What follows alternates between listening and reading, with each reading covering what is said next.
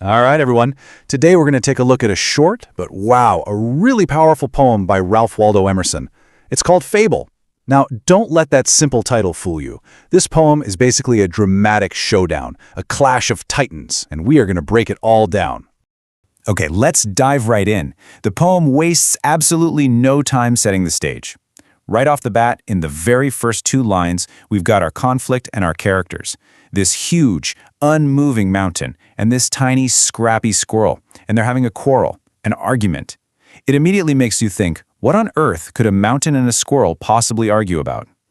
But before we get into the nitty-gritty of their fight, let's just pull back for a second, because to really get the message of this fable, we kind of need to understand the person who wrote it and the really big idea he was trying to get across. So the author is Ralph Waldo Emerson, who was a huge deal in 19th century American literature. This guy was a poet, an essayist, a philosopher, and he loved to think about big stuff, nature, being an individual, our place in the universe. And he was a master at using these simple little stories, these fables, to explore some seriously complex ideas.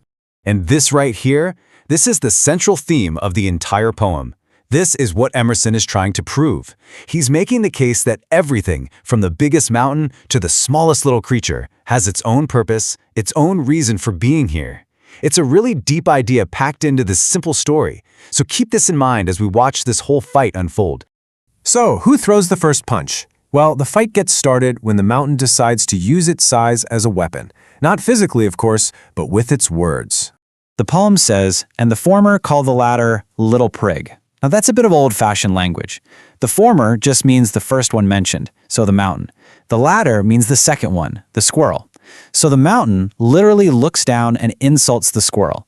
And it doesn't just call it small, it uses a very specific and pretty nasty word. Yeah, prig. It's not a word you hear every day, is it? So what is the mountain really saying here? What's the weight behind this insult, little prig? So a prig is someone who acts all morally superior, like a smug little know-it-all. By calling the squirrel a little prig, the mountain is basically saying, you're not just small and worthless, you're also arrogant and you act like you're so much better than you actually are. I mean, that's a serious insult. It's meant to completely shut the squirrel down. So how does the squirrel respond to that? Does it get mad? Does it run away and hide? Nope. The squirrel, and we find out his name is Bun, comes back with a reply that is just calm, logical, and absolutely brilliant. Let's walk through his argument. Bun kicks things off with a super clever move. He doesn't deny what the mountain is saying. He just says, "You are doubtless very big." He completely agrees with the obvious truth. Yep, you're huge, I get it. This is such a great strategy. It immediately shows the mountain that Bun is being reasonable. He's not just flying off the handle. And right here, Bun completely flips the script. He widens the perspective. He's saying you can't just look at one thing, like bigness. You have to consider everything else, all sorts of things and weather, all the different little pieces that make up the world. And this is where his argument really comes together. Just like you need all the different types of weather and seasons to make a full year, you need all the different beings, big and small, to make up a sphere, the entire world. It's such a beautiful and logical point. And here it is. This is the emotional core of the squirrel's comeback.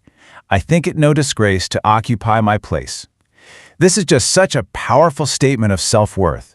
The squirrel is basically saying, I might be small, but I'm not ashamed of it. I have a place in this world, and I have just as much right to be here as you do. So let's look at the big takeaway here, the moral of the story. The squirrel's argument has totally reframed the debate. It's not about who is bigger anymore, it's about what role each of them plays. This slide really lays out the two opposing philosophies perfectly. The mountain has this super simple worldview.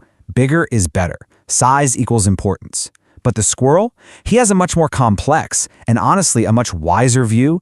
Everyone has a unique purpose, and you need all those different purposes to make the world work. So, the bottom line of this fable is this. Everyone and everything has a unique and valuable role to play. Nothing is just there. It was all put together with wisdom and purpose. The mountain has its strengths for sure, but so does the squirrel. Their differences don't make one better, they just make them different. And that's the final thought Emerson leaves us with. He kind of turns the question on us, doesn't he? It's something for all of us to think about. We can't all be mountains, so what are our unique talents? What's our individual place in this big sphere? The poem reminds us that just being ourselves isn't a disgrace. It's actually our most essential contribution to the world.